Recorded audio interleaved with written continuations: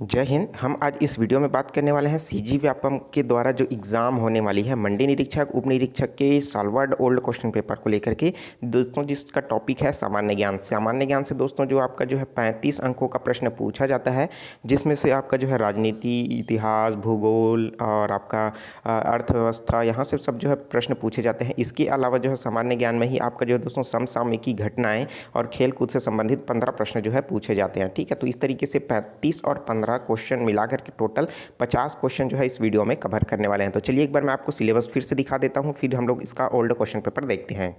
तो दोस्तों ये रहा इसका जो है सिलेबस, जिसमें से आपको जो है दोस्तों यहाँ पर सामान्य ज्ञान से आपका 35 अंकों का प्रश्न पूछा जाएगा, जिसमें भारतीय अर्थव्यवस्था, संविधान है, इतिहास है, अंतर्राष्ट्रीय आंदोलन है, भूगोल है, अर्थव्यवस्था है, सामान्य विज्ञान के प्रश्न हैं। और साथ ही साथ अगर समसामयिक की घटना की बात करें तो 15 अंकों का जो प्रश्न है अंतर्राष्ट्रीय, राष्ट्रीय और छत्तीसगढ़ से संबंधित सामान्य जानकारी एवं घटनाएं एवं खेल साहित्य से संबंधित प्रश्न आपसे पूछे जाएंगे। तो चलिए देखते हैं दोस्तों, इसमें से 50 क्वेश्चन जो 35 सामान्य ज्ञान का और 15 जो है समसामयिक घटना, खेलकूद, देश विदेश से संबंधित है। तो वीडियो काफ़ी लंबा हो सकता है, तो वीडियो को शुरू से लास्ट तक ज़रूर देखिएगा। और जो स्टूडेंट नए हैं चैनल को बिल्कुल जो है दोस्तों ज़रूर सब्सक्राइब कर लीजिए और नोटिफिकेशन जरूर ऑन कर लीजिए, क्योंकि दोस्तों प्रिपरेशन आपका बहुत इंपॉर्टेंट रोल करता है, क्योंकि कंपटीशन बहुत ज़्यादा है। ठीक है, तो इसमें फॉर्म भी बहुत ज़्यादा जाने वाला है। तो चलिए वीडियो स्टार्ट करते हैं।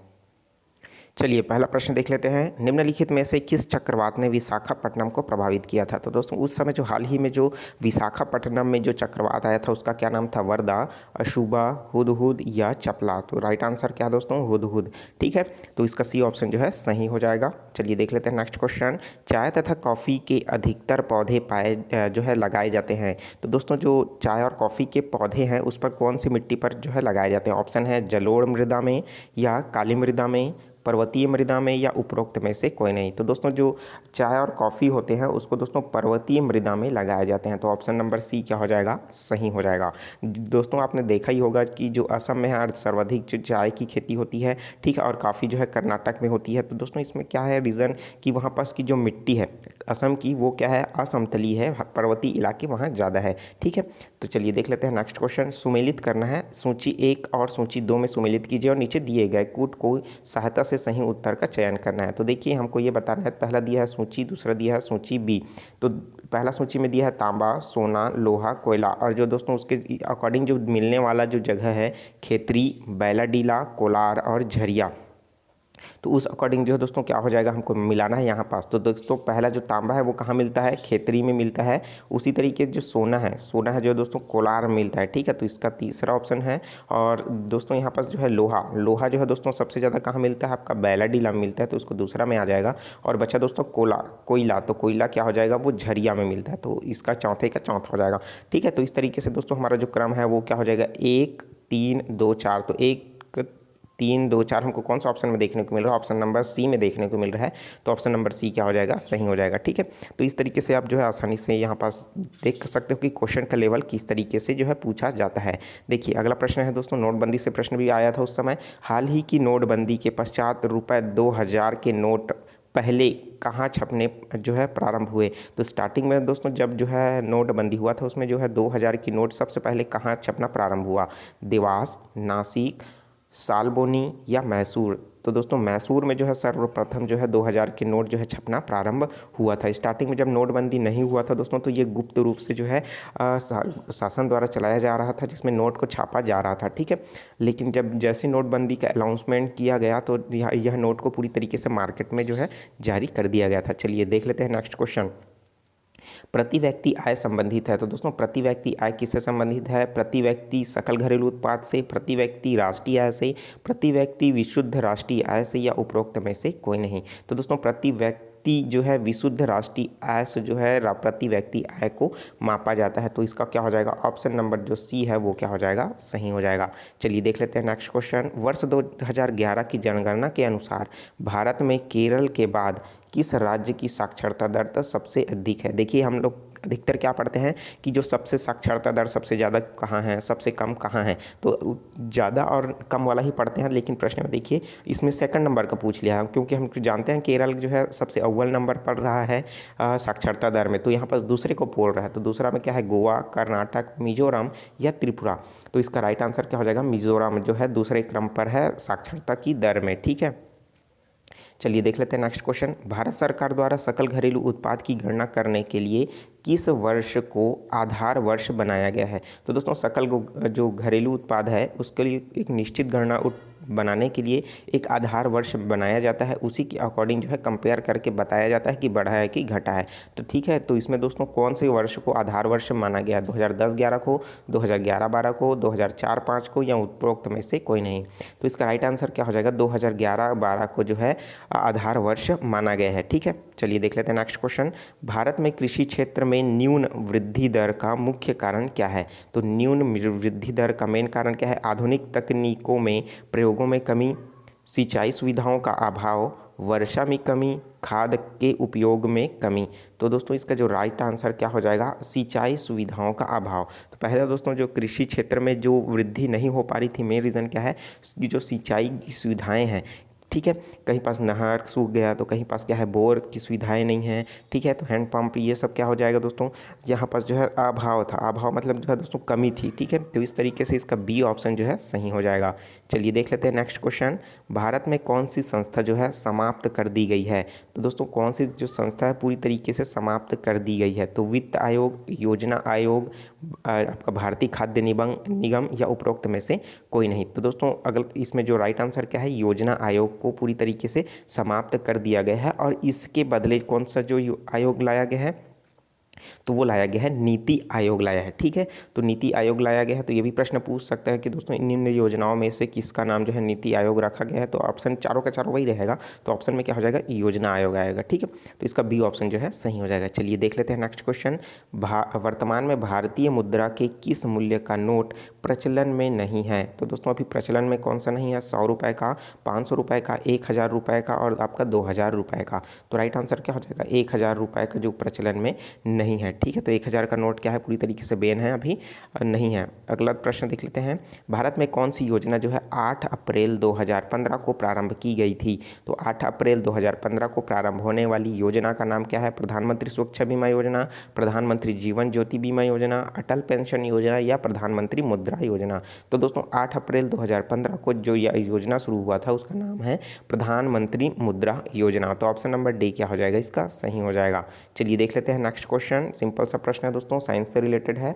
जब किसी पत्थर को एक रस्सी के एक सिरे पर बांध करके वृत्त में घुमाया जाता है, ठीक है, आपने बचपन में ऐसा किया होगा दोस्तों कि एक कॉर्नर में रस्सी लेते हो, रस्सी के एक कॉर्नर में पत्थर बांध देते हो और उंगली से पकड़ के घुमाते हो गोल गोल।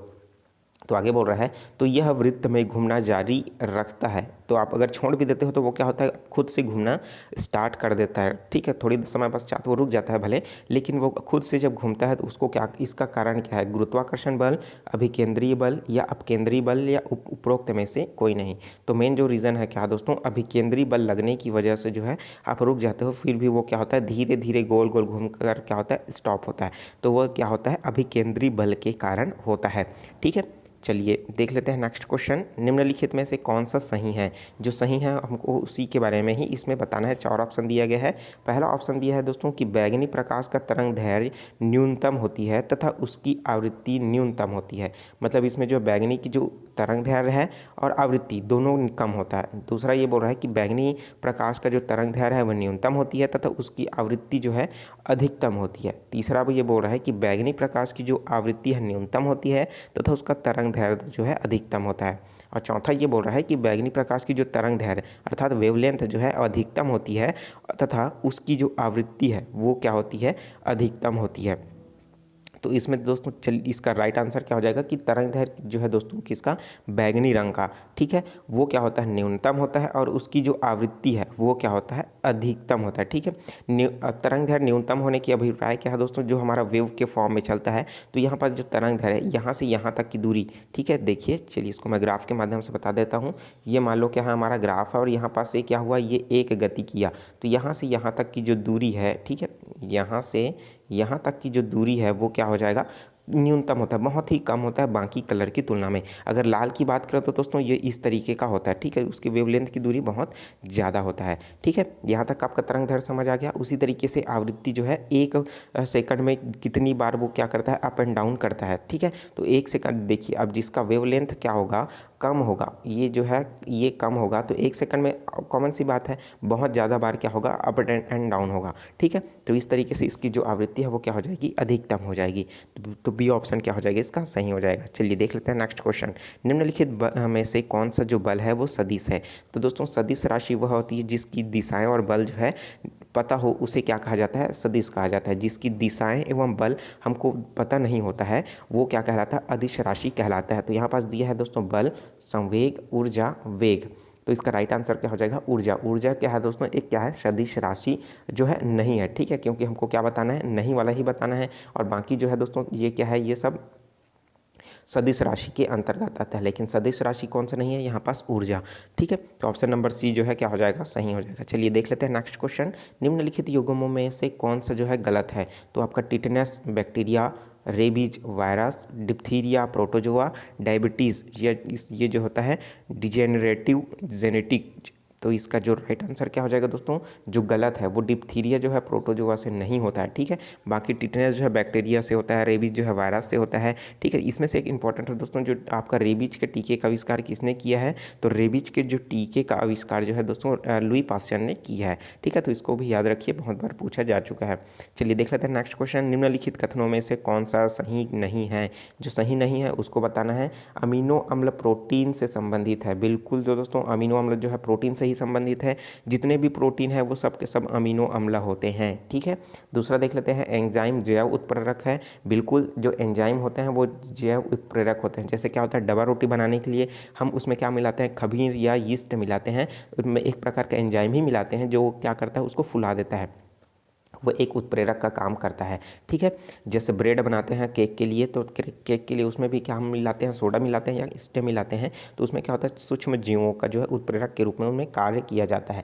ठीक है, तो यहाँ पास क्या हो जाएगा, बी ऑप्शन भी सही हो जाएगा। चलिए देख लेते हैं नेक्स्ट क्वेश्चन। प्रोटीन एक पॉलीपेप्टाइड चैन है। तो बिल्कुल प्रोटीन जो है एक प्रकार का क्या है दोस्तों, पॉलीपेप्टाइड चैन ही होता है, जिसमें अमीनो अम्ल का जो है संयोजन होता है। तो ऑप्शन नंबर सी भी सही हो जाएगा। उपरोक्त में से कोई नहीं। तो दोस्तों उपरोक्त में से कोई नहीं जो है क्या हो जाएगा, इसका राइट आंसर हो जाएगा। ठीक है, चलिए देख लेते हैं निम्नलिखित में अगला प्रश्न। निम्नलिखित गैस में से किसका घनत्व सबसे कम होता है।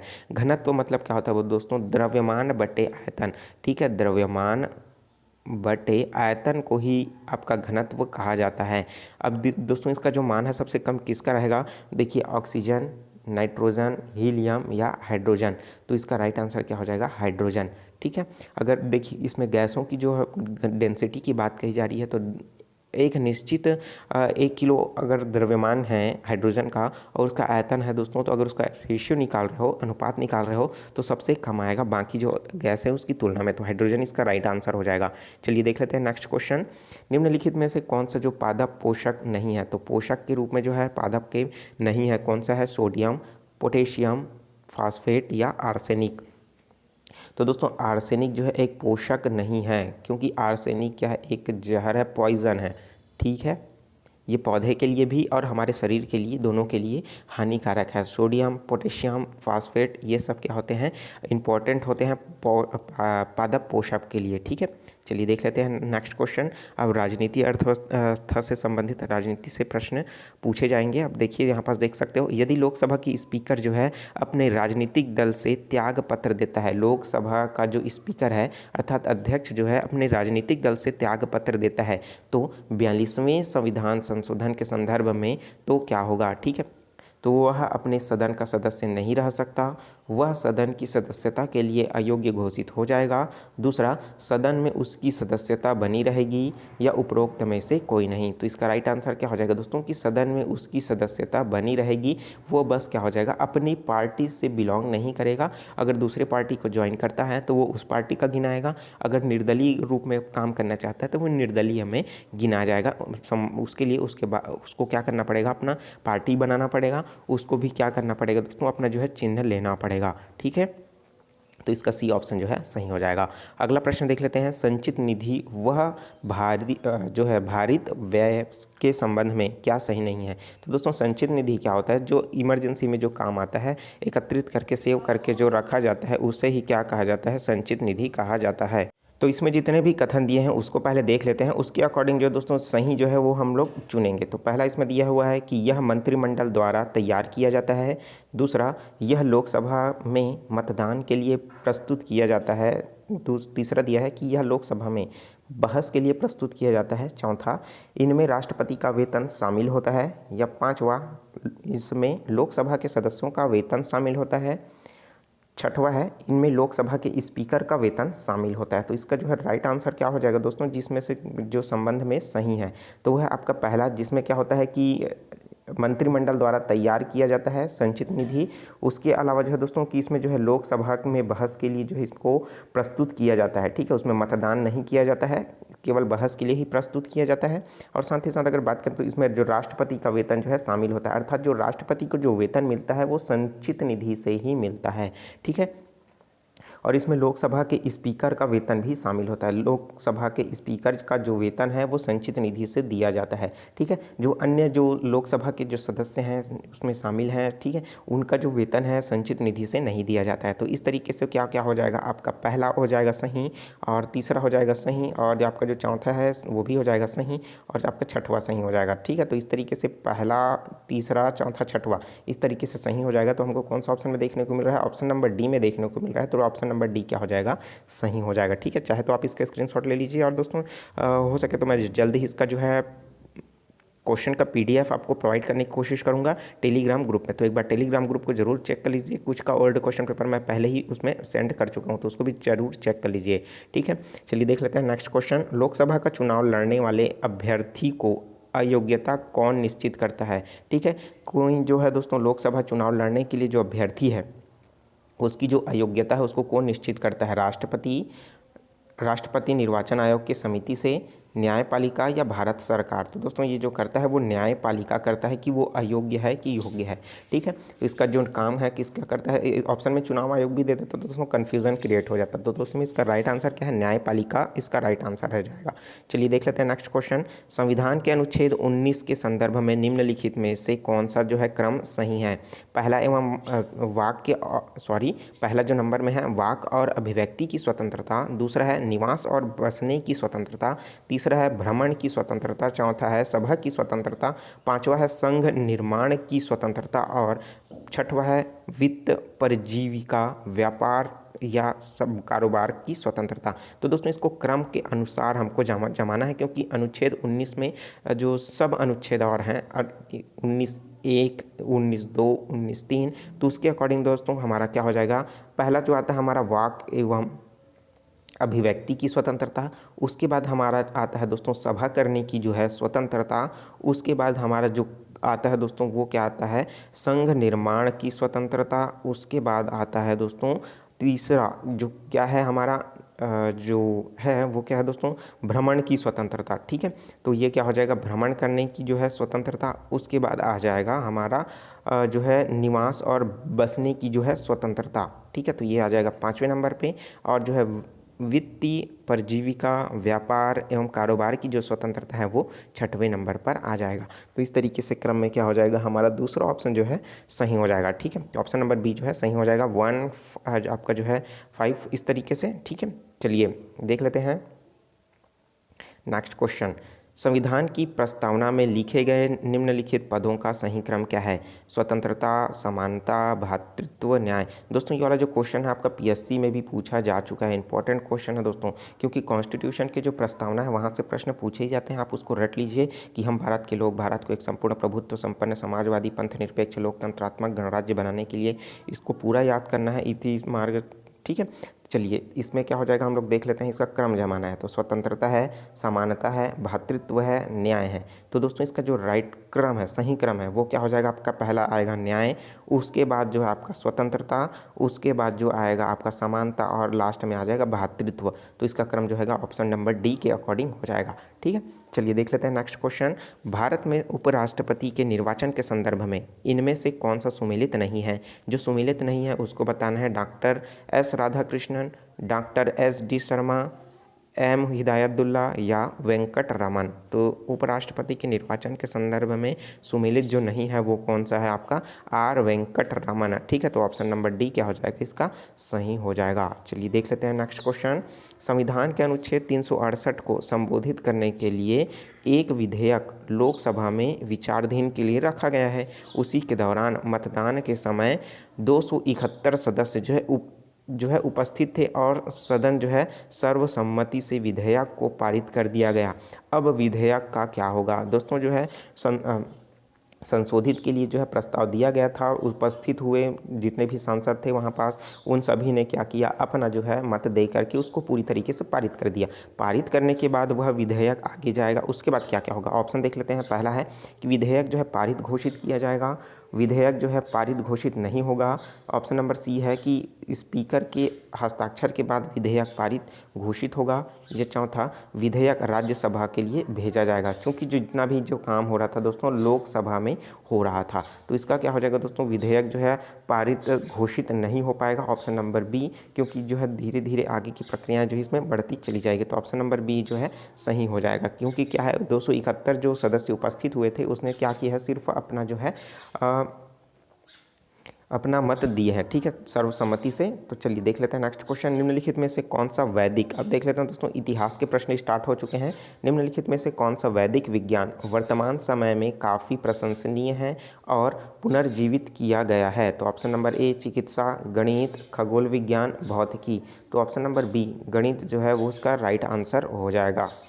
अगला प्रश्न देख लेते हैं। अगला प्रश्न है, मौर्य काल में निम्नलिखित में से कौन सा शिक्षा का सबसे प्रसिद्ध केंद्र था। तो मौर्य काल में जो है शिक्षा का सबसे प्रसिद्ध केंद्र आपको पता ही हुआ, सिंपल सा प्रश्न है, तक्षशिला, नालंदा, वो आपका वल्लभी या उज्जैन। तो तक्षशिला है दोस्तों, जहाँ पास मौर्य काल का जो है सबसे बड़ा प्रसिद्ध और पहला जो केंद्र है इसमें माना गया है। चलिए देख लेते हैं नेक्स्ट क्वेश्चन।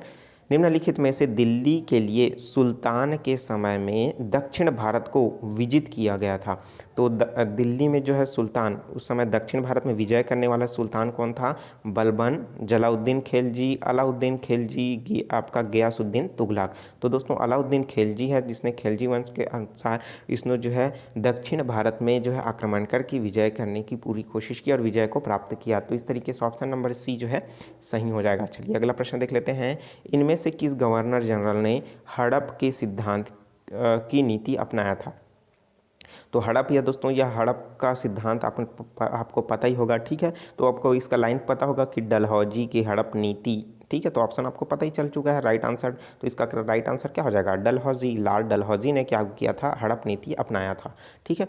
चलिए अगला प्रश्न देख लेते हैं। भारतीय, अब दोस्तों इसमें हड़प नीति क्या आता है, इस पर आप थोड़ा सा आपको बता देता हूँ। तो हड़प नीति वो क्या थी, जिसमें जब राजा जो है अपना शासन करता था तो उसके पास कोई भी जो वंश को आगे बढ़ाने वाले कोई भी पुत्र नहीं थे, ठीक है। तब वो जो रियासत है, वो जो क्षेत्र है, वो पूरी तरीके से अंग्रेज़ों के अधीन में आ जाता था। उस समय जो है कोई भी चाचे का बेटा या फिर चाचा कोई भी है या किसी भी का जो पुत्र है, उस समय जो है आप उस समय गोद भी नहीं ले सकते थे, ठीक है। तो इस तरीके से जो इसमें नीति जो है लागू की गई थी डलहौजी के द्वारा, क्योंकि उसमें को पूरी तरीके से हड़पना उसका मेन उद्देश्य था, चाहे वो किसी भी तरीके से हो।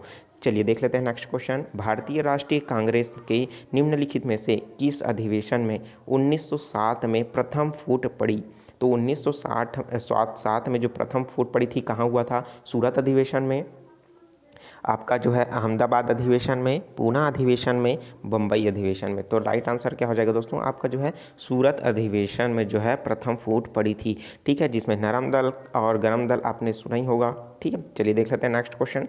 निम्नलिखित में से किस योजना द्वारा 1947 में भारत का विभाजन हुआ। तो भारत का विभाजन 1947 में कब हुआ और किस योजना के तहत हुआ दोस्तों। तो ये जो है आपका यंग योजना, वेवेल योजना, माउंटबेटन योजना या माउंट गोमरी योजना। तो इसका राइट आंसर क्या हो जाएगा, माउंटबेटन जब आया था इंडिया, उन्हीं के दौरान जो है आपका 1947 में जो है माउंटबेटन के द्वारा जो है भारत का विभाजन किया गया था, ठीक है। चलिए देख लेते हैं अगला प्रश्न। निम्नलिखित में से किस तिथि को भारत गणराज्य बना? तो भारत जो है गणराज्य बनने की तिथि क्या है? सिंपल सा प्रश्न है। आप गणतंत्र दिवस जो है किस वर्ष आप जो है किस दिन मनाते हो, उसी दिन जो है गणतंत्र दिवस हुआ था, लेकिन आप क्वेश्चन याद रखना तो आपको पता ही होगा। तो 15 अगस्त 1947, 26 नवंबर 1949, 26 जनवरी 1950 या 1 अप्रैल 1952। तो राइट आंसर क्या हो जाएगा? 26 जनवरी 1950 को जो है गणतंत्र जो हुआ था। अगला प्रश्न देख लेते हैं। निम्नलिखित में से किस शहर का देशांश सबसे अधिक है? तो आपका जो है मुंबई, दिल्ली, रायपुर, चेन्नई। तो राइट आंसर क्या हो जाएगा? रायपुर। तो ऑप्शन नंबर सी जो है दोस्तों रायपुर जो है इस शहर का जो है देशांश सबसे अधिक है। चलिए देख लेते हैं नेक्स्ट क्वेश्चन। फेरेल नियम के अनुसार कोरियोलिस बल हवा को विक्षेपित करता है। तो कोरियोलिस बल आपने पढ़ा ही होगा, साइंस का फिजिक्स का चैप्टर है, बहुत ही इंपॉर्टेंट है दोस्तों। ठीक है, तो इसमें जो है फेरेल के जो नियमानुसार जो कोरियोलिस बल लगता है वो हवा को विक्षेपित करता है। कहाँ करता है? उत्तरी गोलार्ध के बाईं ओर तथा दक्षिण गोलार्ध के दाईं ओर में करता है, या उत्तरी गोलार्ध में दाईं ओर तथा दक्षिणी गोलार्ध के बाईं ओर करता है, या ए तथा बी दोनों, या उपरोक्त में से कोई नहीं।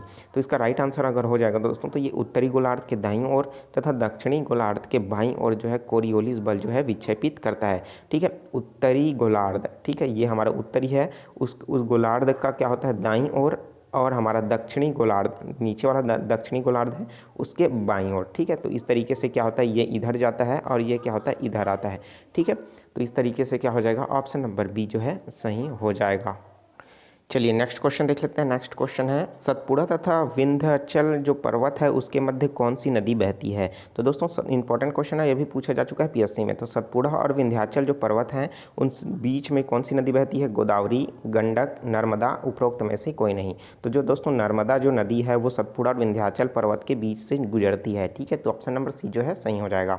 अगला प्रश्न देख लेते हैं। इस राज्य में टीन जो अयस्क है उसका संग्रहण सर्वाधिक मिलता है। कहाँ पास मिलता है दोस्तों? क्योंकि आपको पता होगा कि जो छत्तीसगढ़ राज्य में है टीन उत्पादन में सबसे पहले नंबर पर आता है पूरे भारत में। ठीक है, तो पहला राज्य कौन सा है? हमारा छत्तीसगढ़ है। तो इसमें जो है इसका संग्रहण जो है कौन से क्षेत्र में सर्वाधिक मिलता है? तो आपका तोंगपाल क्षेत्र में, कतेक कल्याण क्षेत्र में, पदपुर क्षेत्र में, या बचेली क्षेत्र में। तो इसका राइट आंसर क्या हो जाएगा दोस्तों? कतेक कल्याण क्षेत्र में। ठीक है, तो ऑप्शन नंबर बी क्या हो जाएगा? सही हो जाएगा। अगला प्रश्न देख लेते हैं। निम्नलिखित में से क्या सही नहीं है? जो सही नहीं है उसको बताना है। पहला कि दलबीर सिंह सुहाग के पश्चात विपिन रावत ने थल सेना के मुखिया हैं। दूसरा है अरूप साहा के पश्चात BS धनोआ नए वायु सेना प्रमुख है। JS खेहर के पश्चात दोस्तों 44वें जो मुख्य न्यायाधीश नियुक्त हुए हैं।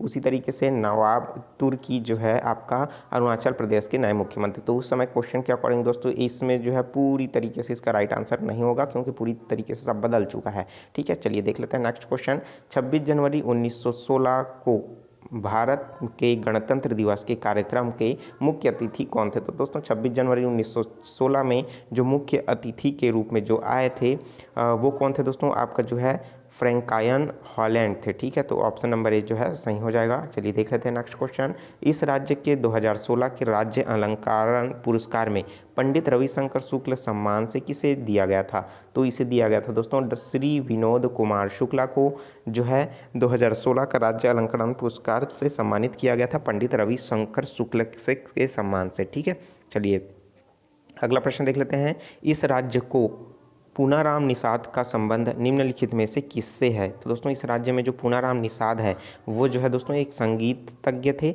उन्हीं ने संगीत के क्षेत्र में अच्छा काम किया, इसलिए इस पूनाराम का संबंध जो है संगीत से है। तो ऑप्शन नंबर बी जो है सही हो जाएगा। चलिए देख लेते हैं नेक्स्ट क्वेश्चन।